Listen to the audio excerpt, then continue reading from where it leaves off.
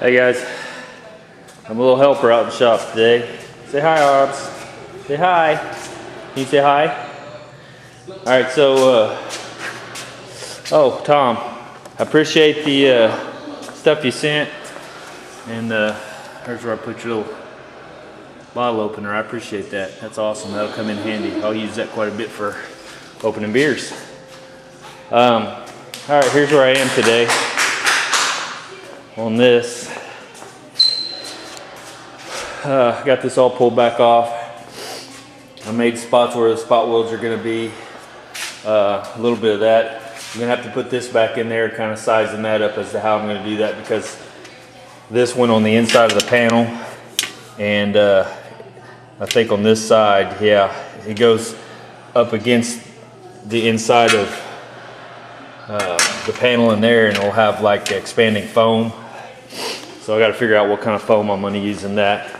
I thought about using the, I've got a can of the stuff that I used, which you guys advise on this, but this expanding foam stuff here, you can buy in the cans. I've got a can of it laying around here, and I thought about using that just to light coat to where it swells up, and just the sound deadener is all that is, as far as I know. Yeah, I want to put that back in there right. The other brace I got to put back in. I'm not sure what I did with it. It's going around here somewhere, but anyway, that's going to be a little bit from here. So what I have to do now is figure this dude out. So that's where I am now. I had a guy tell me, and I don't really. He was telling me on the phone, so it was hard for me to understand what he was saying. But my thought was I was just going to cut out the crappy piece and maybe seam this up across through here or something, put my fender back on, and then take my new one, which I've got in there, and section it a little wide, but then slide it up underneath here, pull it out, and then, you know, make me a line and then butt weld it in there. Well, this guy said, no, just use the whole brand new deal, which that'd be fantastic. I love to do that. The only problem is, and for me, I don't know how many spot welds. It just would be absolutely astronomical to try to take all of those out of there, which can be done. But you know, this is spot welded. Seems to me like he was telling me to split this. Hopefully I'm holding this camera right. Okay, to split this right up against this edge. Like literally it'd still have a piece sandwiched underneath there where you don't have to cut any spot welds. And basically cut underneath this one, separate here, again come all the way down this seam, from what I gathered, what he was telling me, to where you're taking the whole panel off. Now let me grab, let me see, that's the left side. Is this the left one? That one is, I think, the right.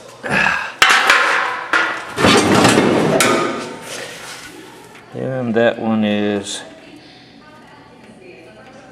oh, I don't even know.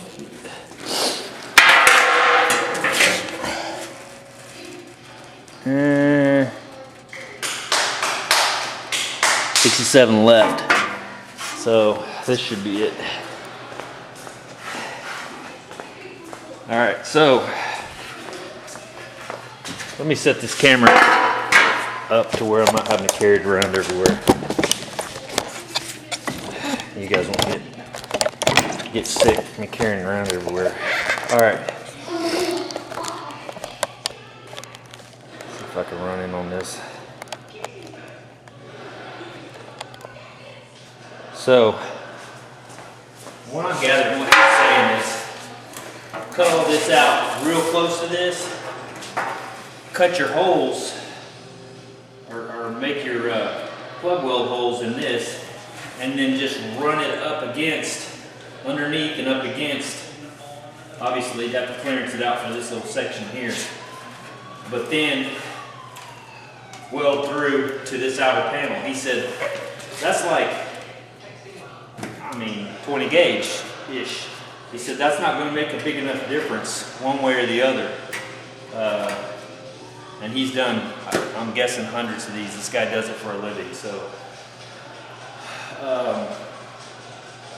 Which sounds fantastic, but I'm not sure how well that's going to work.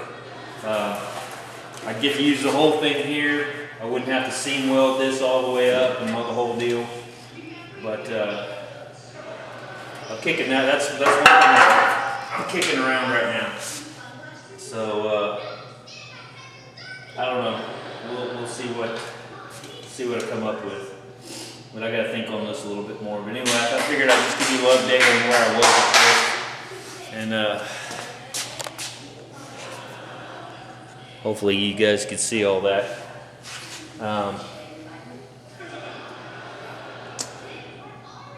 So, all right. Well, I'm gonna kick this around a little bit, and then I'll bring you back. See you. All right, I was gonna show you that panel. Let me back this up. The panel off the car. Remember I told you that running down through there was just, I don't know what the word, cattywampus, whatever. It's got that nice little high spot, dent, low spot, and it's just the way it's pressed out. So I'll have to deal with that when I come to it on the bodywork section. But it wasn't because this was in any, you know, stress or anything like that. Anyway, I just wanted to show that. I think what I'm going to do, because my little girl's here, and for me to have to use the air saw, because I think I'm going to go ahead and cut this. I'll probably cut from underneath, run me a little purchase point here, and then get my air saw and just run it right up that, run it right up the seam there from the inside. That way I can see from the outside and see my saw cutting up against this side. I'll cut right up to here, come around it, and then continue all the way down. Then underneath here, which you won't be able to, well, let me see. You can see here and there's a bunch of spot welds. They spot welded this from underneath. So I'll be able to get this panel right here off by cutting those spot welds. So then I'll just be able to, I'll have to cut a little section right here on this panel. You know, I'll just cut a little section out like that and slide it up underneath. I'll have my holes where I can plug weld it all the way down. And I took some measurements here, that panel is actually really, really close to this one. So anyway, that's my plan. But like I said, running the air saw with my little girl in here is really loud. It'll probably make her cry, and I don't really want to do that. So, and I have to wear hearing protection, and it's really loud. Now that I put all this raised ceiling and all that kind of stuff in here, it echoes, so it's really loud. So hearing protection is definitely a must. So I think what I'm going to do is, this is that piece that I was talking about, the brace that goes underneath. Kind of give you a better idea. That's the quarter panel. That's where it comes around. So anyway, I'll go ahead and I gotta figure out what kind of glue that is there, and get that all chiseled out. I'll probably use an air chisel or something to kind of get that off there. Get it sandblasted and cleaned up, and then I'm going to use this stuff here that I bought when I was working on a Z06 Corvette.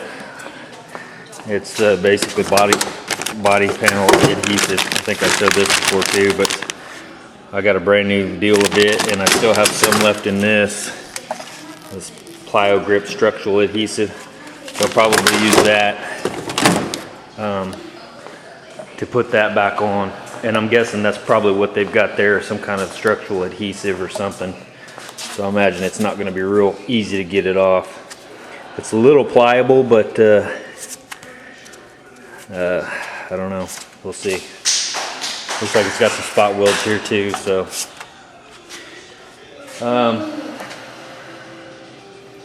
and that's right about that area where the lump is. So I don't know if that's gonna affect that area any or not.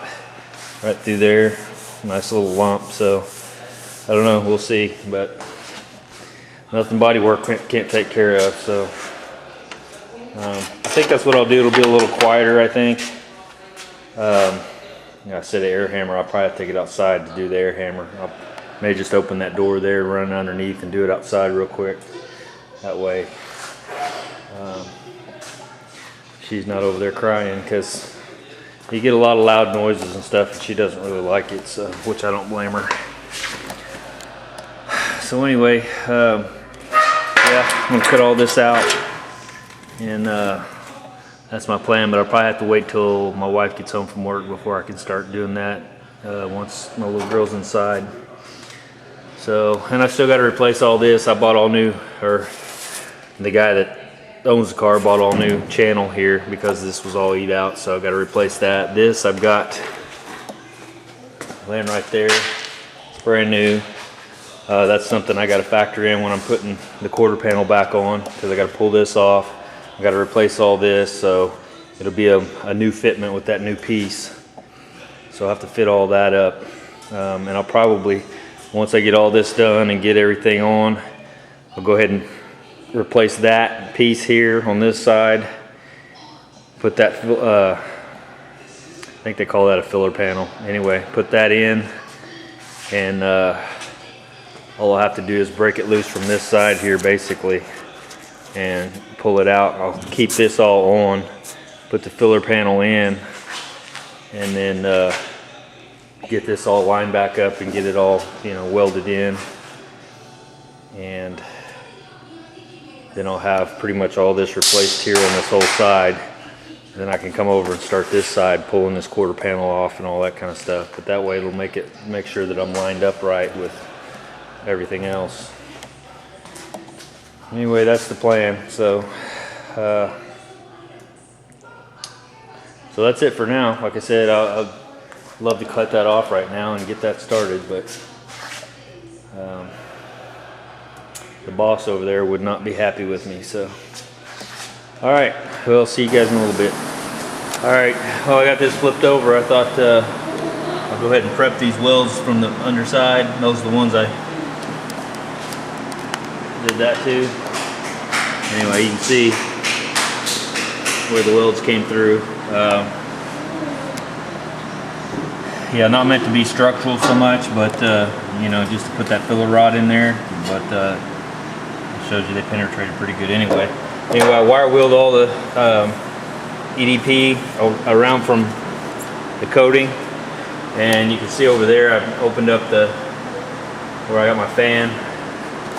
I'll show you how this little setup works. But so now my heater's kicking, which is blowing air across the shop, and it'll suck it out this wall here, and you can see that. So when I spray this, I'm just going to spray out of the can. I've probably got some self-etching primer. I'm going to shoot onto that, and then I might cover it with a little bit of Krylon of some sort underneath that side, because I don't plan on epoxying underneath here since it's already got that EDP coating. But yeah, I kind of ground that back where the weld had burned that EDP back, and I'll go ahead and spray some stuff on that, and that fan will suck all that out that wall. It works out pretty good. It's not, you know, like I said, it's too small for painting a car, but works pretty good for what, you know, just little stuff like this. So anyway, I'll bring you back. I got this little piece off. I was going to show you before I pulled the back off. I just had a few spot welds here. Also, I bought these Rotor Broach spot weld cutters, and This one is a Harbor Freight. I just started using it. It's a double side. I just picked it up because they were cheap, and I thought, well, hell, I'll just try them and see. But anyway, this lubricant's supposed to prolong the life. We'll see. I've been using a little bit, but those rotor broach ones are really expensive. I got several of them over there. They're a lot more expensive than the Harbor Freight, but I thought, you know, if these work out and I can prolong the life of them, then, but yeah, they work great on these, well, 6 holes. So anyway, this peeled right off. It was, let's see if you can see, I'll put this down there. It was on like that. I thought I was gonna have to air chisel and everything else. I just run this underneath it and started prying on a little bit, and it just pulled right off. It looks like it's got some rust underneath it. Must have had some moisture at some point. And yeah, that's just gonna peel. That's just gonna peel right off. The camera's showing me upside down for some reason. So hopefully you can see that, but I don't know exactly what this is. That kind of looks like some kind of foam stuff. So now I'm wondering if I should maybe not use the structural adhesive. So I may do a little bit more homework on this one, because I don't want to do something that's, you know, not that they didn't do from the factory there. This may just be some kind of foam, and you know, that was holding it on. So anyway, yeah, this stuff just comes right off. It's pretty soft. So anyway, but if you guys know what that is, let me know, and I'll try to find some of it to put it back in. I'd like to put it back like it was from the factory. It lasted 40 plus years, so obviously it was pretty good stuff. But yeah, I'm just gonna clean this up and paint it, sandblast it, paint it, and get it all set up, and it'll have to sit overnight anyway before I can put it back on. So you guys got any ideas on what this stuff is or where I can get it? I may do that instead of using that structural adhesive, because I didn't realize that this was just kind of some kind of foamy stuff. But anyway, they may, who knows, they probably have this stuff anywhere. But yeah, if anybody knows, let me know. So appreciate it. All right, there it is. They're cleaned up, sandblasted, both sides, and got a little bit of paint on that. Wasn't moving enough air with the heater, so I put a little fan over here so it just blows straight across and out. So kind of keep the fumes off from that side of the shop where she's at. So, all right, I'll probably prime and paint one side of this. The other side that's going to be down, I'm going to wait. The other side's going to actually be up against that, like that. I'm gonna wait because I may want this sandblast finish to have whatever it is that I'm gonna put on there to stick to it, but I still gotta do my homework on that. So, all right, see you guys in a little bit. I was gonna show you guys. Most of you have seen these. Most of you probably have these. If you don't have one side squashes the metal down, and the other side has a hole punch. So, like stuff like this on these flanges, instead of having to drill these out, it's kind of a pain in the butt. You can basically just put the tool on, air runs it through.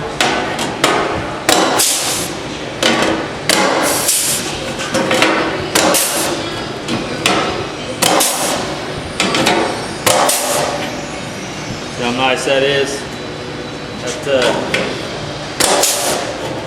beats the crap out of sitting there drilling all those out.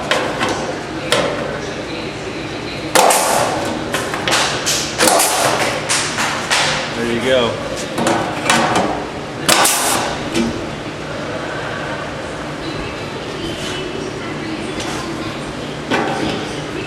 I'm probably I need to move this over.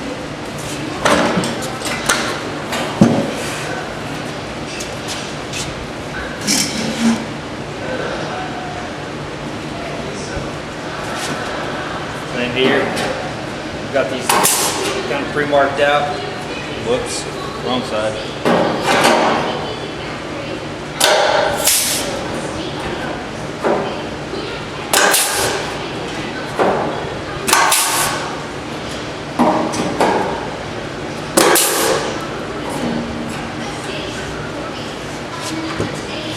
There you go.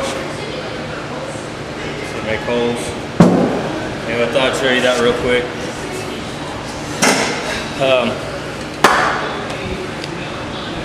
Alright, talk to you guys in a little bit. Alright, I got a bunch of the holes popped. Got this bracket set up. I'm not welding it in yet. I'm going to figure out what I'm going to do with the foam stuff underneath. I was going to show you that I've got two of these. This one I think is a 1/4 inch. This is like an 1/8 of an inch. And that little one works perfect. And this is like a, I want to say it's a Harbor Freight, Central Pneumatic maybe. Works great. See these little tiny holes? You've got not much room there. Those are quite a bit smaller than the 1/4 inch holes. So I put quite a few of them through there, but yeah, that's good for those little areas like that, a little small. Anyway, I'd show you that. Because this is on a flange the way it is, I'll have to drill those with a, I can't get the tool to get down that far, so I have to drill those out by hand. But for the most part, I got all these. I'll go back and I got some weld through, 3M weld through primer that I'll put between the panels before I weld them, like on the back side here, and the mating surfaces on each side. But that'll be a little bit before I get to that. Anyway, oh yeah, this I was gonna say in here. I put that quarter panel back on. It has another flange just like this that sandwiches up against it. I'm thinking about taking that hole punch and popping holes in this because the only way that I know you could get to that with the fender weld on is crawl up in the trunk, lay down and plug weld from the back side here. That's the only thing I can see that you could do, unless you use some, you know, the structural adhesive there or whatever and clamped it. And that new structural adhesive is supposed to be absolutely amazing. It's supposed to be better than, as good as welding, I guess. But and I used it on another vehicle that I did, a newer model vehicle, but you know, for these old cars, I don't know. You know, they welded them, but from the factory they they pinch welded them. I forgot what they call it. Got the deals that come in and actually heat it up, weld it together. But and I think Tom Noble has one of those he bought from Harbor Freight. Says it works pretty good, but yeah, I don't know if I want to do that or not. But anyway, yeah, let me know what you guys think, and I'll talk to you later. One thing I was going to tell you guys also, I was draining my compressor right here, and you can see all that water that come out of there. Always comes out down here at the bottom. Now, I talked to a guy that's way smarter than I'll ever be, and we talked about how these compressors work, and he was talking about most of the heat and everything's generated up here in the motor as the air is compressed and all that, you know, it gets hot and all that. He said when it gets into this tank part, this is actually where it starts cooling. Now, whether he's right or not, like I said, I don't know, but he's way smarter than I am on a lot of different aspects, and he's very mechanical. Anyway, he said that's what this tank is supposed to do. It cools it. Well, when it cools it, it's down to the bottom here, and you know, turns back into water droplets, and that's why you get so much water out of here. Well, I had a guy comment on my deal and say, you know, you're supposed to keep these way away from. I agree, but I figure if it gets past this and if it's already water pushing it out of here, I just ran this and you can see there's some water droplets in there. I ran it a while ago and it blew some water out, just a little bit, not a lot. And then of course I run all the way up, run across, you guys have seen all this.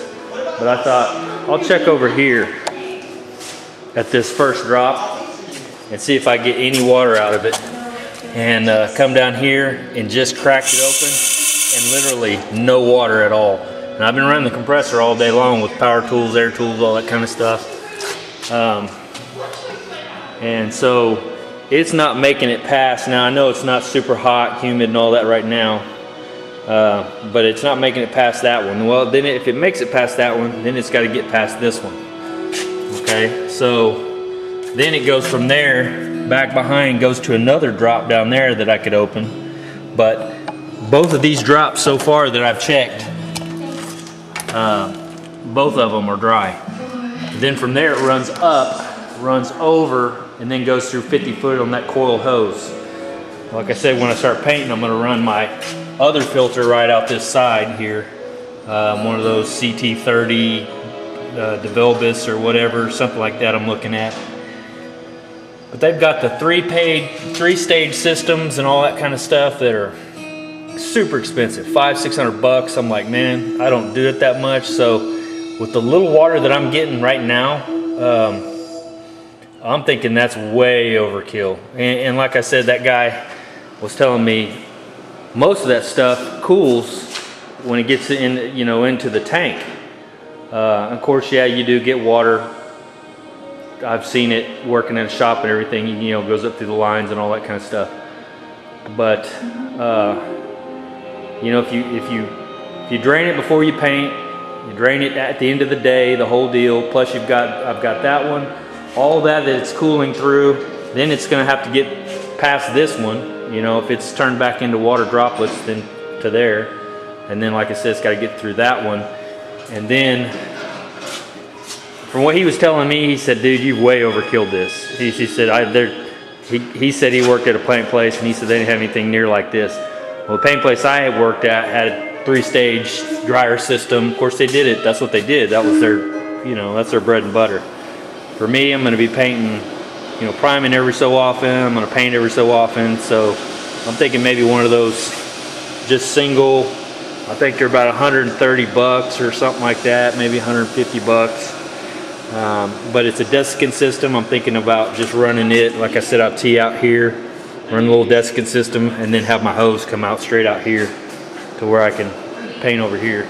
Anyway, let me know what you think on that too, because like I said, I've been thinking about buying one of these real high dollar triple stage bad boys, and I thought, you know what, I'm probably wasting my money, so, and I don't want to do that. So anyway, yeah, let me know what you guys think. Oh, there's that part that I went ahead and painted it up, and it's sitting there drying. I haven't painted the other side yet because, like I said, I haven't figured out what I want to do as far as the other deal. So all right, guys, there you go. More progress. It's nice to be back on this. I've enjoyed it. Like I said, I hated every bit of this building, you know, and working and putting up insulation, and, you know, even though it's mine, it was just monotonous work, it seemed like, but it's nice. So not complaining, believe me, not complaining at all. It's a dream come true for me to have a shop like this.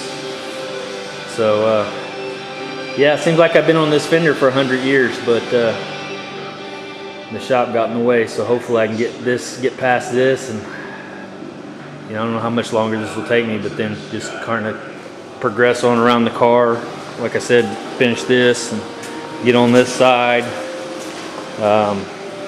get the door and the trunk and everything lined out, and then get the front end set up and get this bad boy going. Get her all primed up and ready for paint. So, all right, guys, talk to you next time.